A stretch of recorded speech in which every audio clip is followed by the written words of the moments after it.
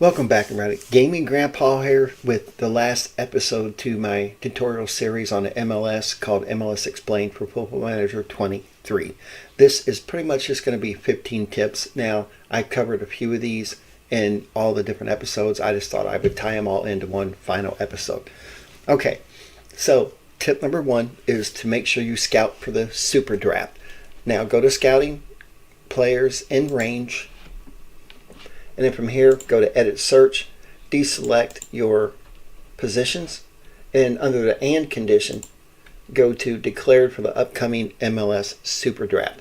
Now, obviously, it's not going to work now just because we already had the draft a couple months ago, and I don't think people can actually declare for it for, maybe 4 or 5 months. So, but getting close to January time of next year, or as soon as the Super Cup is over, I believe is when you could do it. Go ahead and select this. And then make sure that you turn the transfer off, because players that are declaring for the draft, they can't be transferred. So you'll get every one of them on there, and pay attention to the email that you get that would tell you how many players are actually declared this year. Last year it was 188. Well, currently this year, I mean. So that is going to be how you scout for the super draft. Another thing to make sure is that your recruiting focuses are turned off or at bare minimum, and that your scouts are available because they could get through it a lot quicker. All right, so that takes care of tip number one. Now, tip number two, and I've talked about this, this is a very important aspect of your squad view, your cap impact. All right, if you don't know how to add it, you go to Custom, Customize Current View, got to click on it, and then you'll see I already have it added, but it is called Salary Cap Impact. So what you do is you have to scroll down to the S's, you'll click it, hit add, and then hit OK, and then it will be where you put it at. All right, that's tip number two. Tip number three is actually buying down the salary cap. Now, once you have the cap impact on, select it so that the highest cap impact is up top, and you have to click on it. Now, I'll tell you, I already bought him down, so it's not available. Sometimes you'll see it, oh, for crying out loud. Sometimes you'll see it where it says it's available, but you can't actually buy it down. And that's because I've already bought it down, if that makes sense. So I'm going to find one that I can, and I believe this kid here, yep. Go to contract, buy down salary cap. If you have this little hand, that means that you can buy it down. And I could take it technically all the way down to that, and I would use 150,000 allocation funds. I don't want to do that because my salary cap, I have room for it, so it's pretty good already. But you just want to do that on every player that has a cap impact to help buy it down. And once again, if you can register your squad, then you don't need to buy it down. It's only when you can't register and you got to buy contracts down that you do so. Okay, so that's tip number three. Now, tip number four is to get an affiliate club. It's very, very important to do this at the beginning of January. At least I started as soon as I, took over the team. They didn't let me till about the middle of January, but it's imperative that you have it at least a month before squad registration starts. That way you could send all the players down to your affiliate club, hopefully on loan, and get them off of your registration. All right, so you go to networking, and it's not available for mine because I already have mine. If you go to board, and it is running extremely slow. You'll notice right here, North Carolina, that's my affiliate club. And it was the beginning of July, or January is when they gave it to me. All right, I even got a senior affiliate. That's not necessary, but your affiliate club is. You want to be able to send your players down, not only for development, but to help to be registering your players. Okay, now, tip number five is to utilize your B team.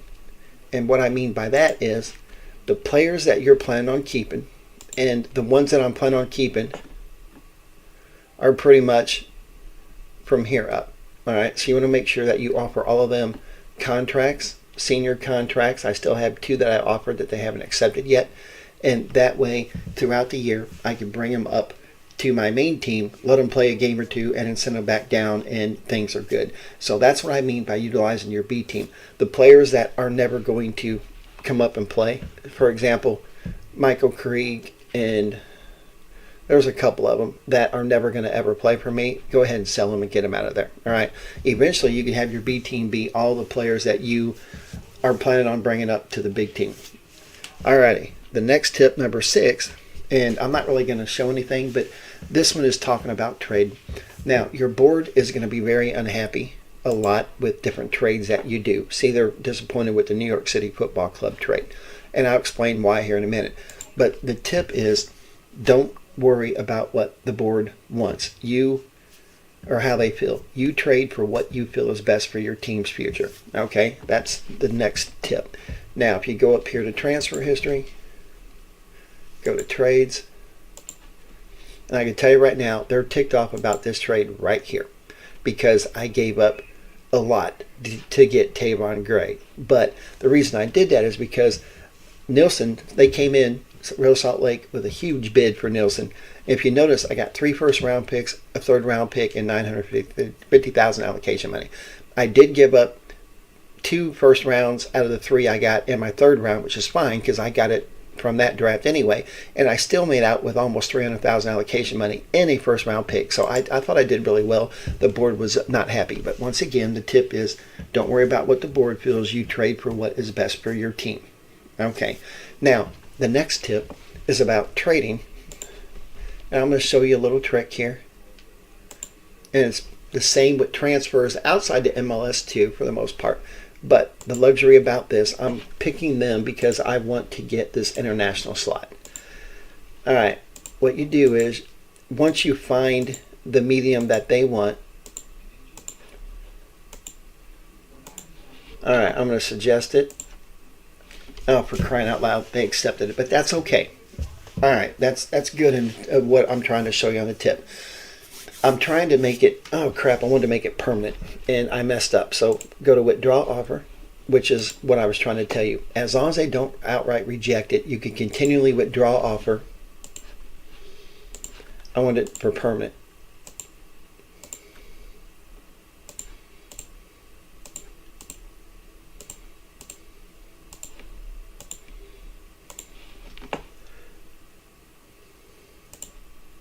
And they accepted it.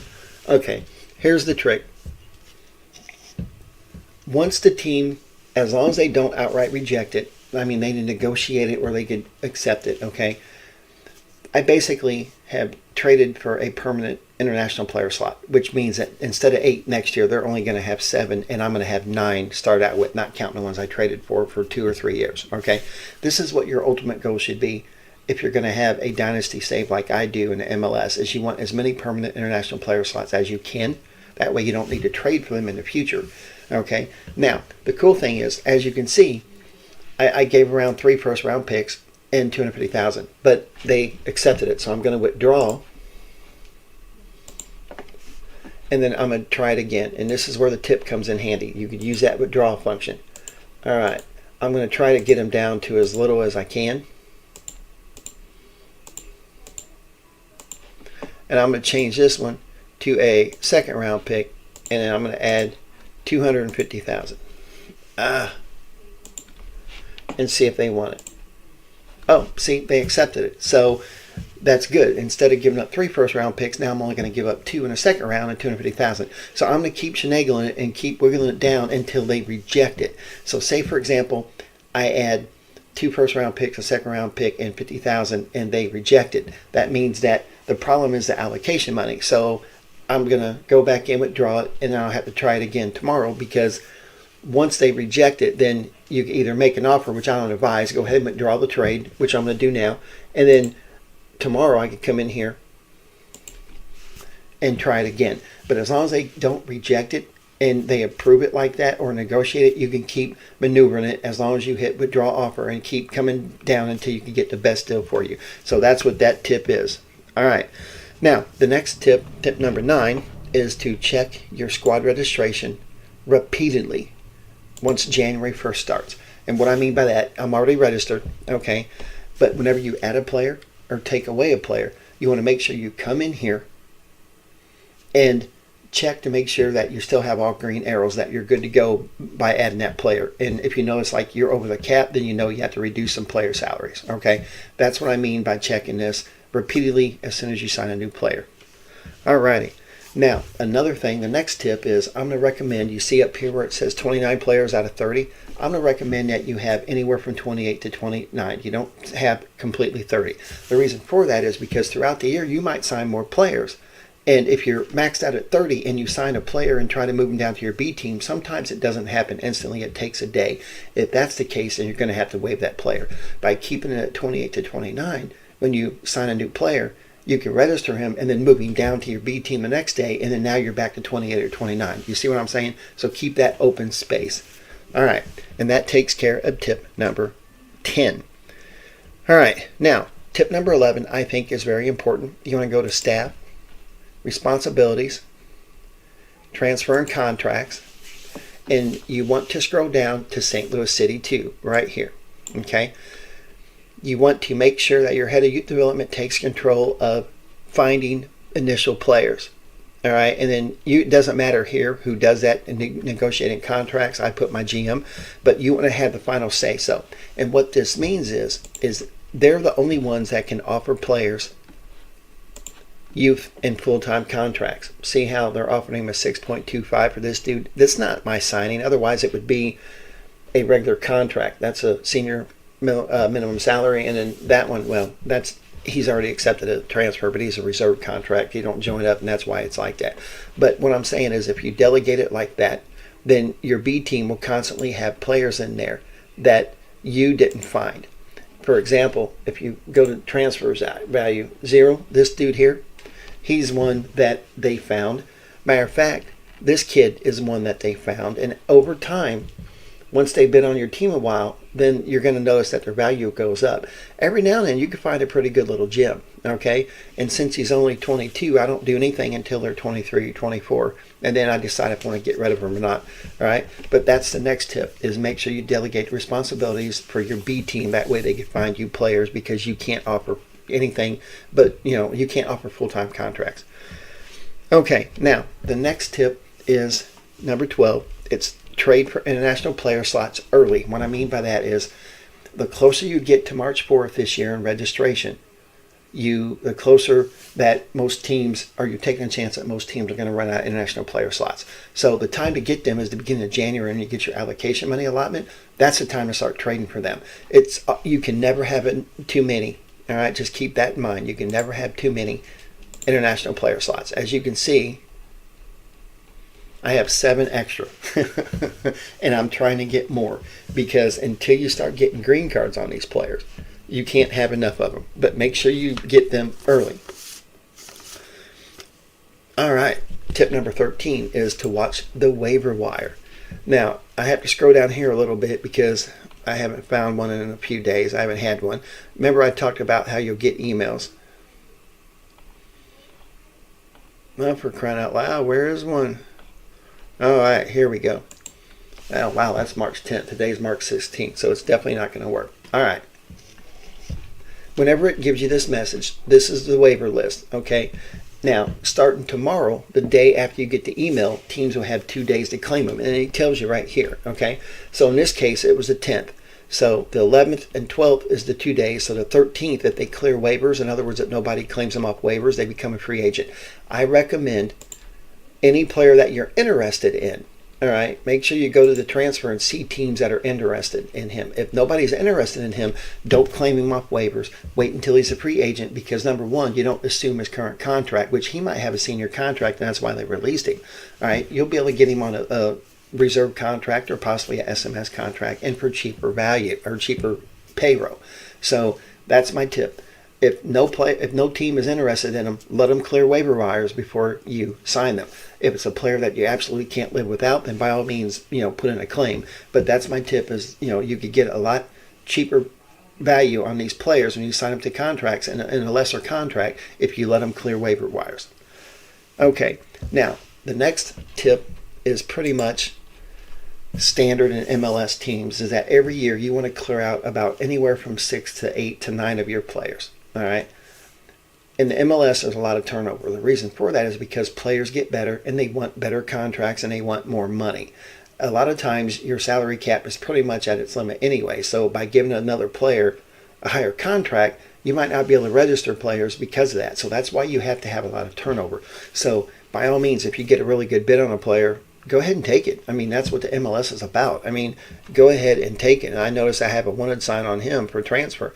I really don't want to get rid of him because this is my first year and I just picked him up. But that's how you do it in the MLS. All right.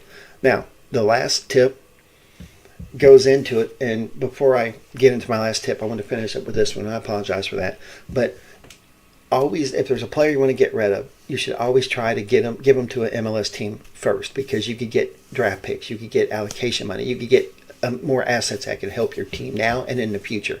All right, transfer listing them and sending them for offers outside of MLS should be your second route. Okay, all right. Now for the last tip, make sure you read all your comments in the MLS here before you do anything. For example, I'm going to waive this dude. If I click that "Don't show this message again" button and I hit that, then it's automatically going to waive him. I might have accidentally not wanted to do that. So that's why I'm saying it always tells you what's going to happen with the choice you just made and the impact of it. Okay. So my last tip is make sure you read these comments very carefully. And that way, if it's not what you want to do, back out. All right. And that takes care of all 15 tips. And there's a lot more, but I just wanted to hit the 15 that I thought was the most important. But anyway, guys, this takes care of the tutorial series. Now, the next episode, you're going to meet the team because we're getting ready to start a new dynasty, a new series, a new season.